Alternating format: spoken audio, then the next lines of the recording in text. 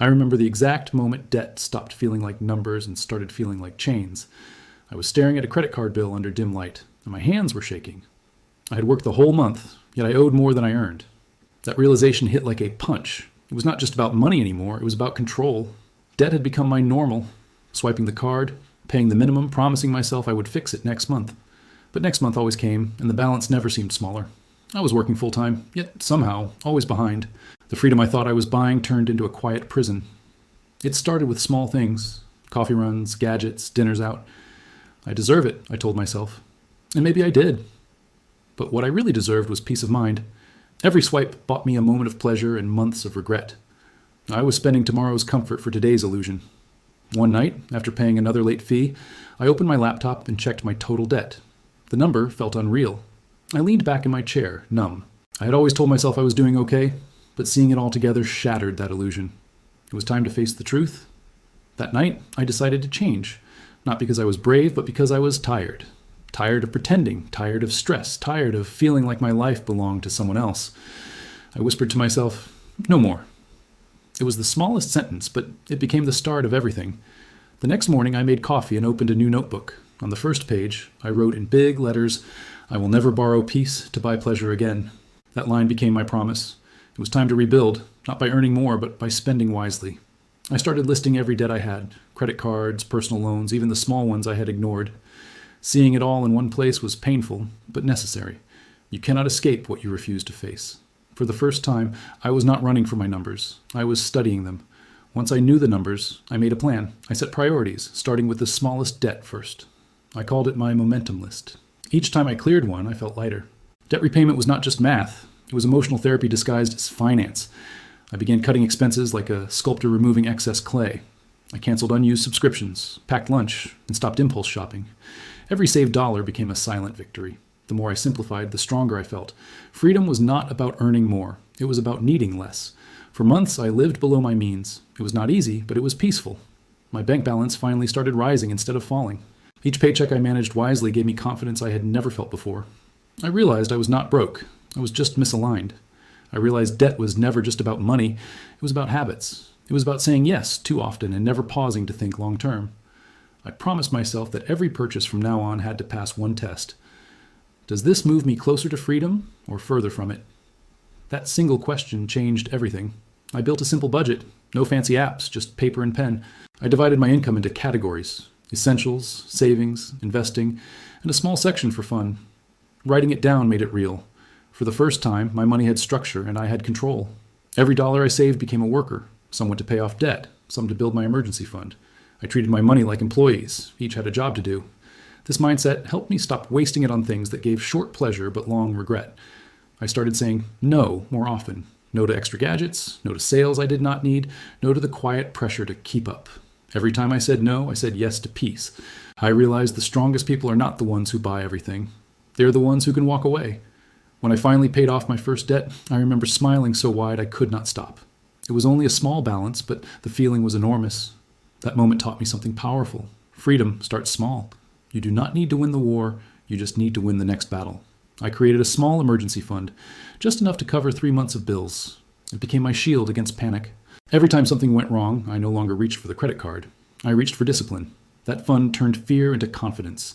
As I paid off more debt, I started investing, slowly, carefully, and consistently. I focused on long-term stability, index funds, retirement accounts, dividend stocks. Nothing fancy, just the kind of investing that grows quietly over time. It was not about getting rich. It was about staying responsible. I made peace with the idea that I would never be the richest, and that was okay. My goal was not to impress others, it was to secure my own peace. The moment I accepted that, my relationship with money changed. I was no longer chasing. I was building. Debt had taught me humility. It reminded me that financial education is not a one-time lesson, it is a lifelong practice. I began reading, learning, and teaching others. Every bit of knowledge added another brick to my foundation of freedom. By the end of that year, I was debt-free for the first time in my adult life. The silence was beautiful.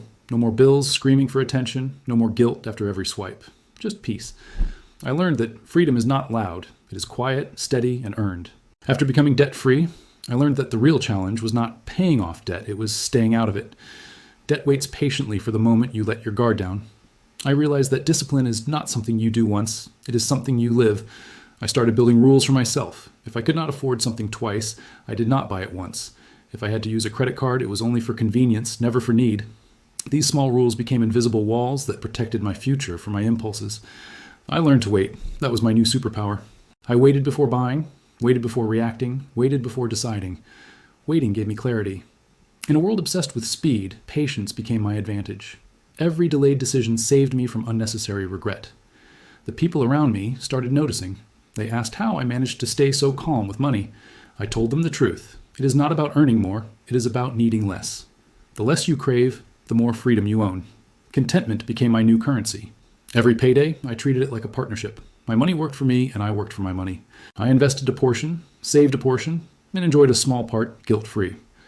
This balance made the process sustainable. I was no longer in survival mode. I was in strategy mode. I began to understand that debt often hides behind pride. We buy things to look secure when we actually feel uncertain. Once I let go of the need to impress others, my expenses dropped naturally. It felt like unlocking a secret level of peace.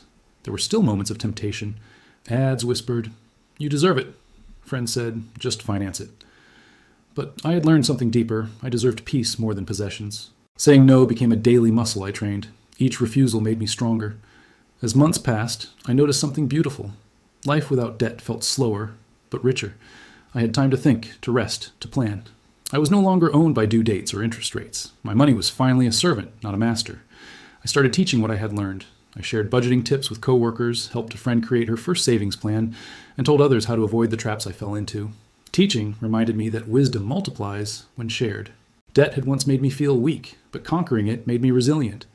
Every payment, every sacrifice, every no I said had shaped me into someone disciplined, patient, and confident. I no longer feared money.